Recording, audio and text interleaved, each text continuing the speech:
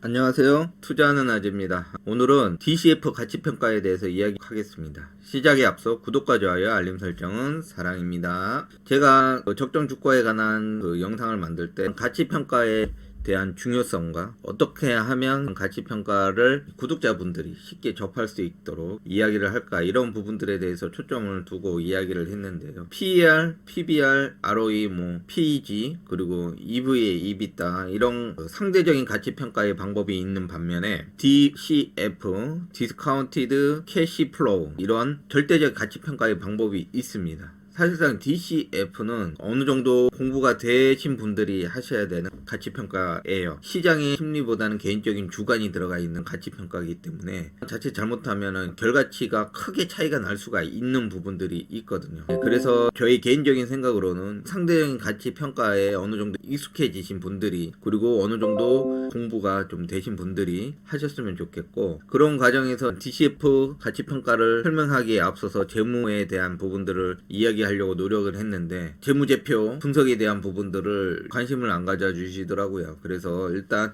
DCF에 대해서 말씀드리고, 흥미를 조금 가지신 분들이라면 재무제표 관련된 영상을 보시지 않을까라는 생각에 DCF를 가져왔고요. 사실 재무제표 부분도 현금 흐름표 빼고는 다 이야기를 했기 때문에 차후에 이야기하도록 하겠습니다. 주가를 결정짓는 요소는 무엇이라고 생각하세요? 저는 펀더멘탈하고 심리라고 생각을 합니다.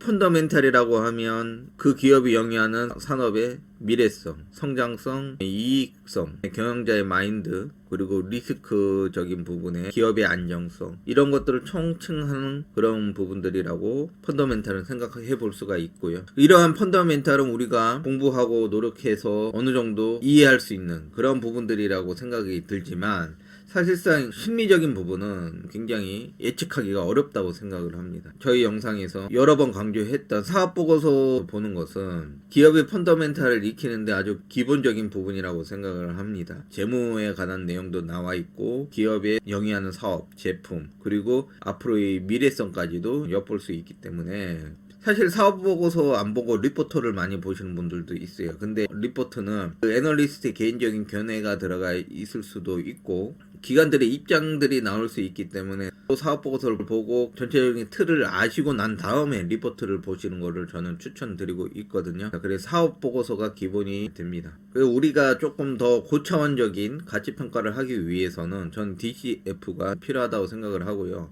처음에 적용하기 힘드신 분들은 조금씩 공부를 해 가시면서 PER, PBR, ROE, EV, EBITDA, PEG 같은 상대적인 가치평가 지표들과 혼용해서 사용하시면 좋을 것이라 생각됩니다. 그럼 본격적으로 DCF란 무엇인지, 그리고 어떤 흐름으로 진행이 되는지 말씀드리도록 하겠습니다. DCF, Discounted Cash Flow, Discounted, 할인됐다는 거죠. 디스카운트 됐다는 거. 현금 흐름 할인법이라고 합니다. 현금 흐름을 할인해서 가치를 구한다. 지금 현재의 만원이 미래의 만원이랑 가치적인 부분에 있어서 똑같은 만원이라고 생각할 수가 없죠. 옛날에 만원이 지금의 만원이 아니죠. 저 어렸을 때만 해도 3천만원이면 서울에 집 살 수 있었어요. 지금은 평균 10몇 억씩 하죠. 미래의 돈의 가치는 떨어진다는 거죠. 그렇기 때문에 할인해서 계산을 하겠다. 이때 캐시플로우, 현금 흐름은 총 현금 유입에서 총 현금 유출을 뺀 순현금 유입에서 기업의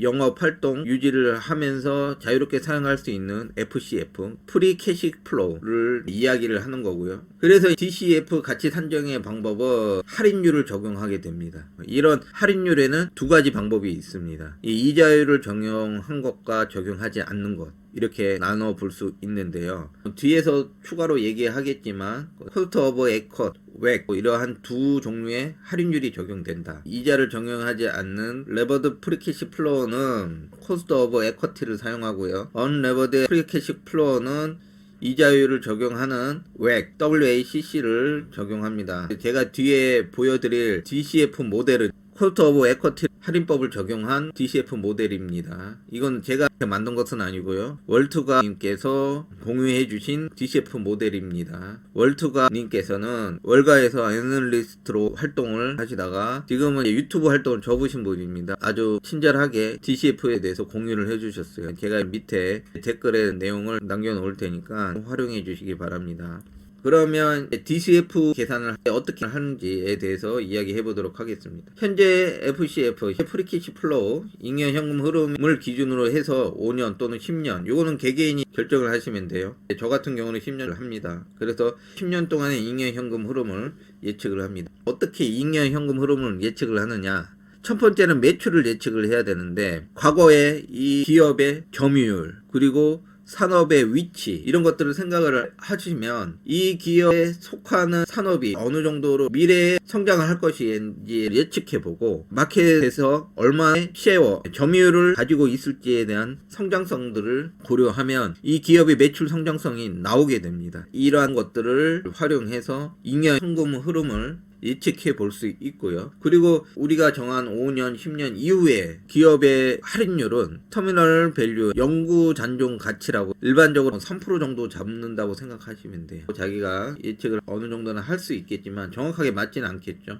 그래서 이러한 것들은 최대한 보수적으로 잡는다. 그래서 계산한 미래의 현금 흐름을 다시 현재의 가치로 환산해 줍니다. 이때 코스트 오브 에쿼티 또는 웩이라는 할인율을 적용해서 계산을 하게 되는 거고요. 매출, 이 기업이 속한 산업에 대한 점유율, 산업의 성장성 등을 고려해서 매출 현금 흐름을 계산한다고 했죠. 그래서 이제 프리캐시 플로우, 잉여 현금 흐름을 알게 되고, 코스트 오브 에쿼티나 웩 등으로 할인율을 적용하고, 그리고 일정 시간 이후에 영구 잔존 가치, 터미널 밸류, 터미널 그로스 레이트 이렇게 불리는데, 그런 부분들은 보통 3% 정도를 잡는다. 왜 3%냐면 인플레이션 정도는 성장한다 라고 하는 것이죠. 할인율은 사실상 계산하기 굉장히 까다로운데, 일반적으로 그 월가에서 통용되는 수치는 우량주는 6에서 8%, 그리고 비우량주는 8에서 12% 라고 합니다. 우리나라의 시장과 미국의 시장은 엄연히 차이가 있죠. 그렇기 때문에 저는 우리나라는 우량주는 8%, 9%, 비우량주는 10에서 15% 생각을 하고 적용을 해서 가치를 측정합니다. 그리고 할인율을 적용해서 미래의 잉여 현금 흐름을 지금의 가치로 환산을 해줍니다. 터미널 그로스 레이트는 어떻게 구하느냐? 요 보시는 공식과 같이 할인율의 연구 성장률을 뺀 것을 이제 FCF, 프리캐시 플로우로 나눠주는 건데, 계산을 해줍니다. 저희 엑셀 파일에 서식에 다 들어가 있으니까요. 이런 서식이 들어갔다 정도로 생각하시면 됩니다. 너무 복잡해지면 어려우니까.